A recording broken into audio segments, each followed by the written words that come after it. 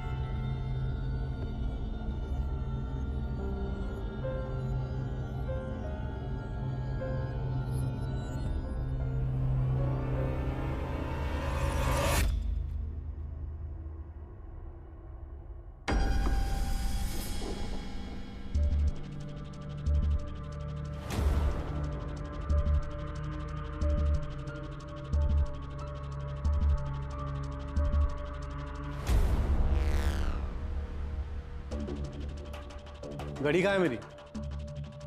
मुझे नहीं पता, यहीं कहीं रखी होगी। कहीं शर्मिला के कमरे में तो नहीं रह गई? रुको मैं देख के आती हूँ।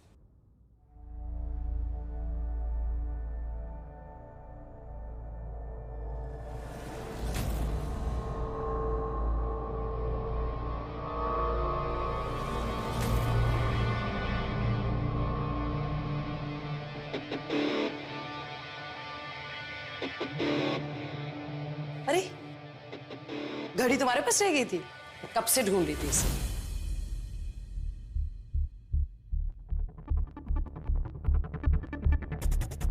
ये घड़ी शर्मिला के रूम में थी। ठीक है, नाश्ता लगाओ।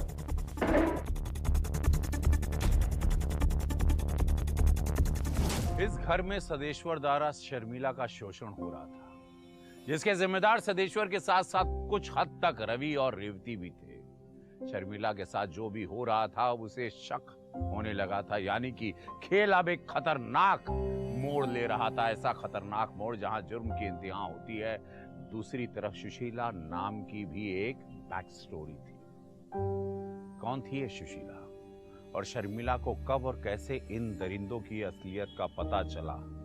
आइए देखते हैं। दीदी, जेठ जी की घड़ी मेरे कमरे में क्या कर रही थी? अरे गलती से भूल गए होंगे।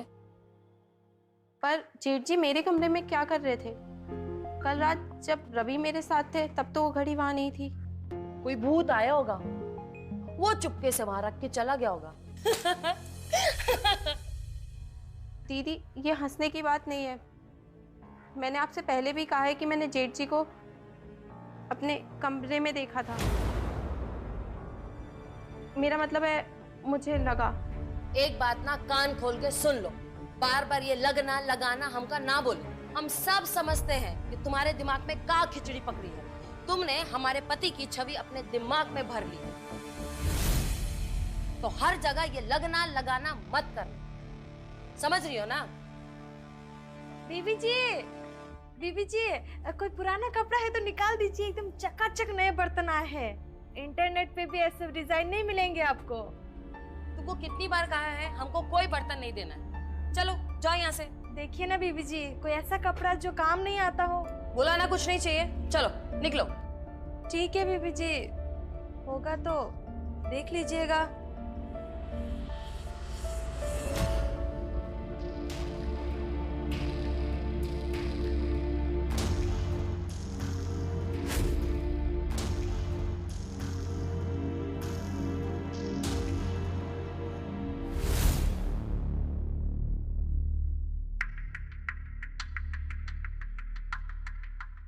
हाँ बोलो। जी मुझे लगता है ना, शर्मिला को ना शक हो गया है। वो आज सुबह ही मुझे ना उस घड़ी के बारे में पूछ रही थी। हाँ ठीक है, आगे से ध्यान रखूंगा। मैं क्या बोलती हूँ, कुछ दिन तक ना हम ये सब बंद कर देते हैं। चुप, एकदम चुप। पूरी कसर निकालनी है अभी मुझे, और कुछ भी ऊंच नीच होती है ना तो तू संभालेगी, रवि संभालेगा जो तुझे गजरे पहनाता था। और सुन, जरूरत पड़े तो इसका भी वही हाल कर देंगे तो सुशीला का किया था।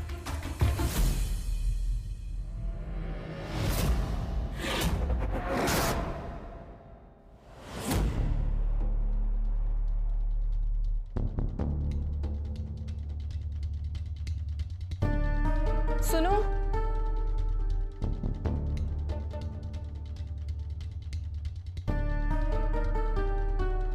ये सुशीला कौन है? सुशीला है नहीं, सुशीला थी।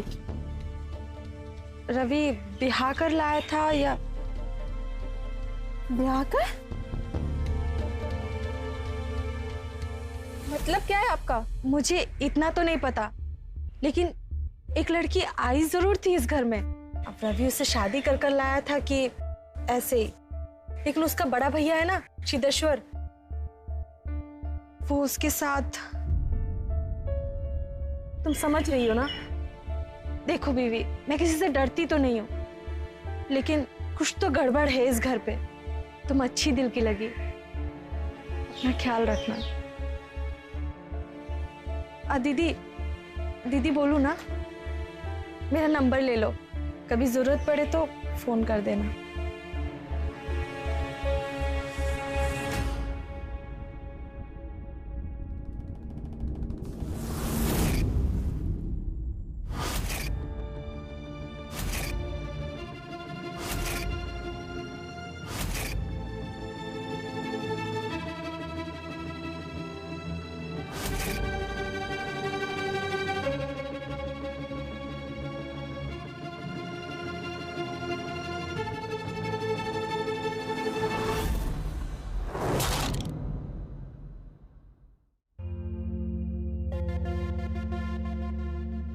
कहाँ गई थी?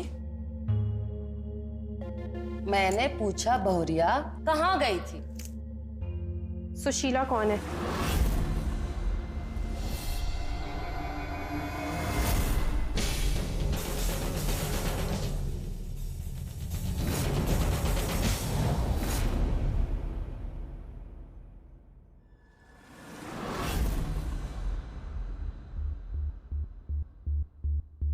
कहाँ जा रही हो तुम? छुओ मत मुझे। खैर, इतना तो मुझे समझ में आ गया, तुमने मुझे आज तक छुआ ही नहीं। क्या बकवास कर रही हो तुम ये सब? तो बताओ, कौन थी सुशीला और कहाँ गई? सुशीला? कौन सुशीला? तुम्हारी लड़खड़ाती जुबान सब बता रही है। और फिर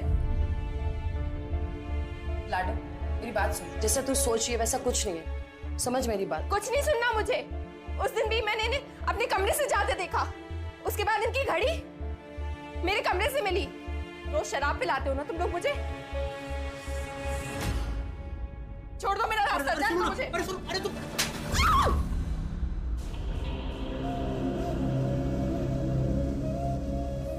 हाँ, मैं ही आता हूँ तेरे कमरे में। रवि ने ना तुझे आज तक छुआ भी नहीं है। जानती है क्यों? क्योंकि इन दोनों ने जो पाप किए हैं, तेरे पति और तेरे भाभी ने मिलकर उसका हर जाना तू भुगत रही है। और जब तक भुगतती रहेगी, जब तक ये दोनों प्रायश्चित ना कर ले। और रही बात सुशीला की, तो रवि की गर्लफ्रेंड थी। एक दिन ले आता उसे घर, बस फिर क्या था? उसे भी इन दोनों के पाप का भुगतान भुगतना पड़ा। नानुकुर कर रही थी तेरी तरह। गायब हो गई बेचारी, गायब हो गई। गायब होना चाहती है? चाहते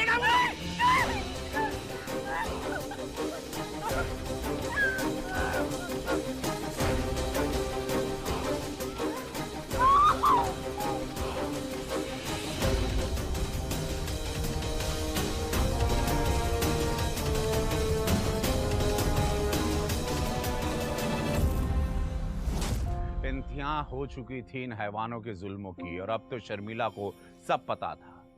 सदेश्वर, रेवती और रवि जैसे लोग हमारे समाज में एक बीमारी की तरह हैं जो मानसिक रोग से पीड़ित होते हैं, और ये रोग कैंसर से भी ज्यादा खतरनाक होता है। शर्मिला उनकी इस हैवानियत का शिकार बन चुकी थी। जो बेचारी एक बेजुबान पंछी की तरह इस जाल में फंसकर तड़प रही थी।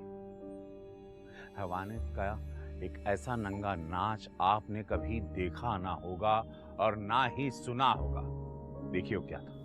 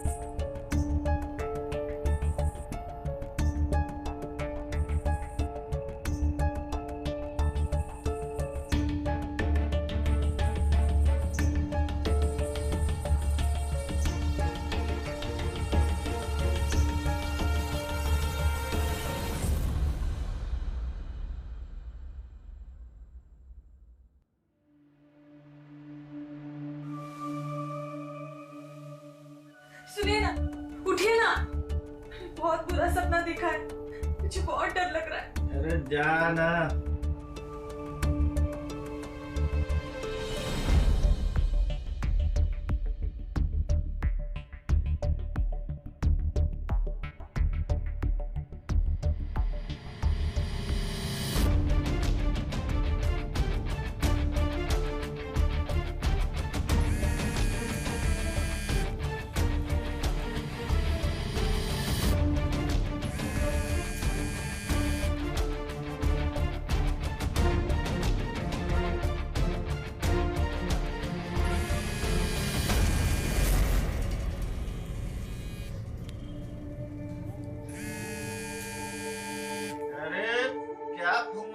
रात रात भर लगी रहती है। तू नहीं सोते तो किसी और को भी इस तरह सोने दो।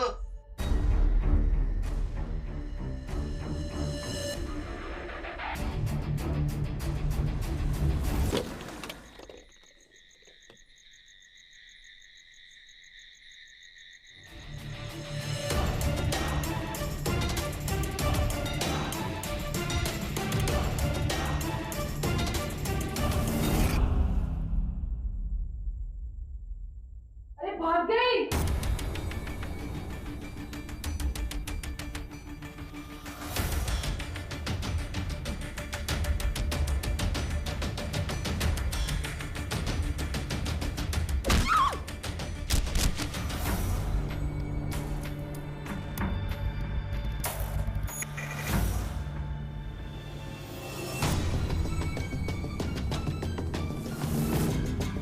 इसे भी वहीं गाड़ देते हैं जहां सुशीला को गाड़ा था। रवि और सदेश्वर की बात न मानने पर उन्होंने शर्मिला को भी रास्ते से हटा दिया था। जुर्म वो रास्ता है जो बड़ा ही लुभावना होता है, क्योंकि ये अजब खेल है। एक जुर्म की स्याही को मिटाने के लिए दूसरा जुर्म करना पड़ता है। इसका कोई अंत ही नहीं। बेशक रवि और सदेश्वर और रेवती के हौसले बुलंद थे, वो लोग अपने नए शिकार की ओर बढ़ चले थे। बेशक वो कानून की नजर में धूल झोंकने में कामयाब तो हो गए थे, पर कोई नजर थी जो इन पर टिकी हुई थी।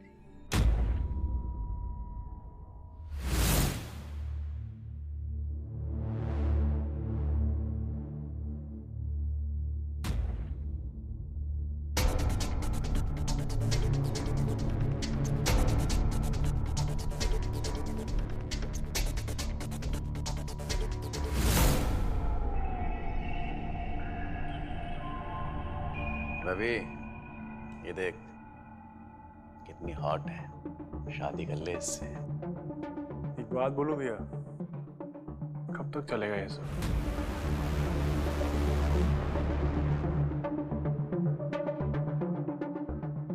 अब तो उम्र भर चलेगा। मजा आने लगा है इसमें।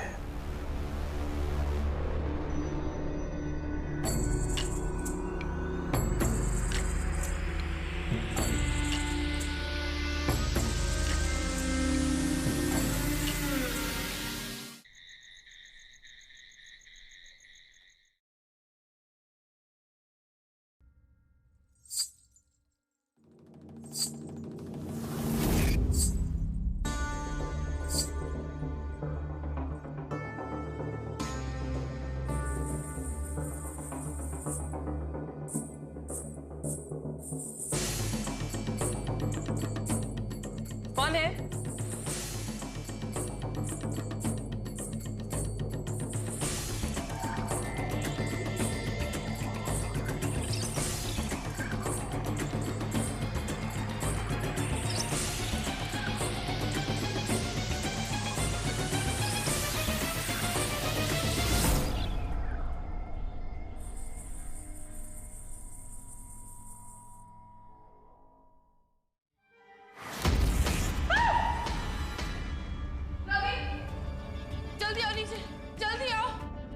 क्या हुआ भाभी? मैंने अब भी शर्मिला को वहाँ पर नाचते हुए देखा। वो घुंघरू पहन के नाचते हुए देखा। रवि लाइट जला। मैंने कोशिश की थी लाइट जला के, लाइट नहीं जल रही है। अरे भाभी शर्मिला कैसे आ सकती है यहाँ पे? मेरा यकीन करो, मैं कह रही हूँ ना, मैंने शर्मिला को वहाँ देखा है घुंघरू पहन के नाचते हुए। मेन स्विच चेक कर जाकर जा।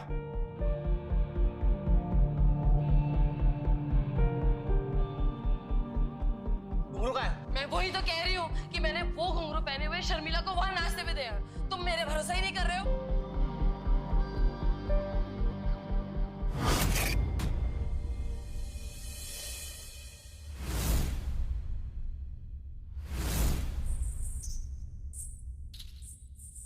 देखो, मैंने कहा था ना, आवाज आ रही घूम रही हूँ, सुनो।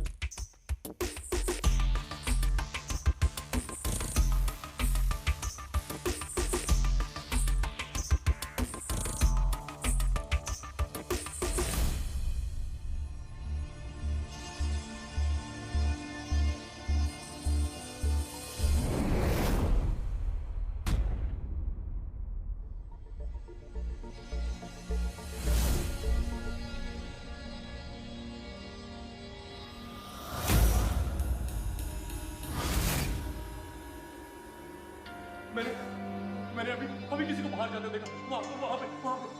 मैंने कहा था, वो शर्मिला ही है, शर्मिला ही है। अरे हमने उसे मारकर जमीन के अंदर गाड़ा था, वो जिंदा कैसे हो सकती है? वही है। रवि आ मेरे साथ। सुनो, मैं यहाँ अकेले नहीं रहूँ, मुझे भी लेके चलो साथ लूंगी। क्या जा?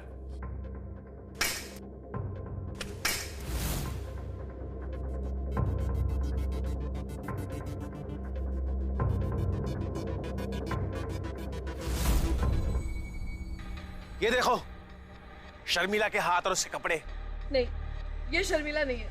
मैंने शर्मिला को खुद अपनी आंखों से अंदर नाचते हुए देखा है। ये शर्मिला की लाश नहीं है। भाभी आप क्या बोल रही हो? शर्मिला मर चुकी है।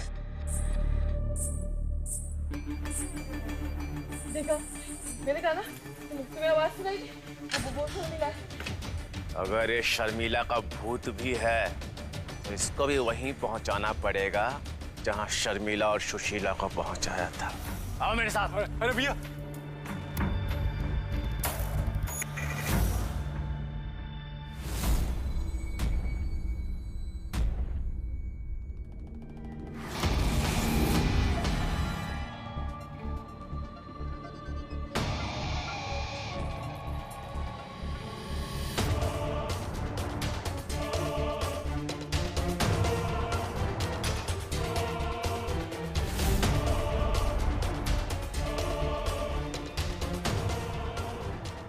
वो मैं नहीं, कमला थी।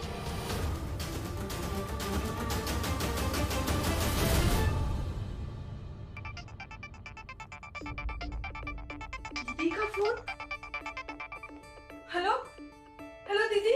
हेलो कमला। दीदी क्या हुआ? मुझे बचा ले कमला। दीदी रुको, मैं आती हूँ आपके घर। नहीं तू मत आ, मैं आती हूँ। बोलो किसी भी वक्त ना पहुँचते होंगे।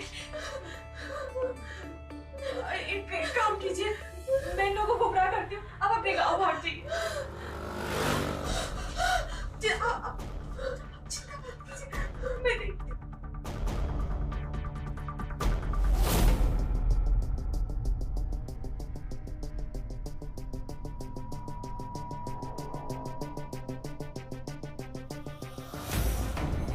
उस वक्त तो मैं अपने गांव भाग गई,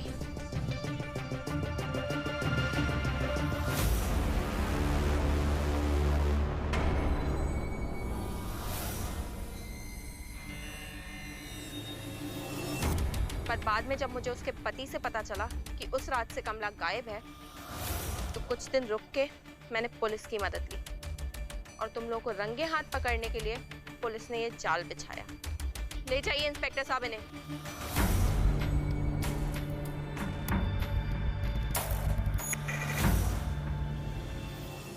हवस इंसान को इतना नीच बना देता है कि कोई आम आदमी इसकी कल्पना भी नहीं कर सकता। देखने में कोई काल्पनिक कहानी लगती है, पर ये एक सच्ची और घिनौनी घटना है, क्योंकि आदमी की सोच जहां खत्म होती है, इन मुजरिमों की सोच वहां शुरू होती है। आज के लिए इतना ही। चौकन्ने रहिए, होशियार रहिए, क्योंकि ये भेड़िए आपके आसपास ही बसते हैं, इंसान की खाल में। तो नजर रखिए अपने आसपास ऐसे किरदारों पर, लोगों को आगाह कीजिए और देखते रहिए क्राइम स्टॉप। मिलते हैं अगले एपिसोड में क्राइम स्टॉप। आप रहिए सुरक्षित। भारत माता की जय। जय हिंद।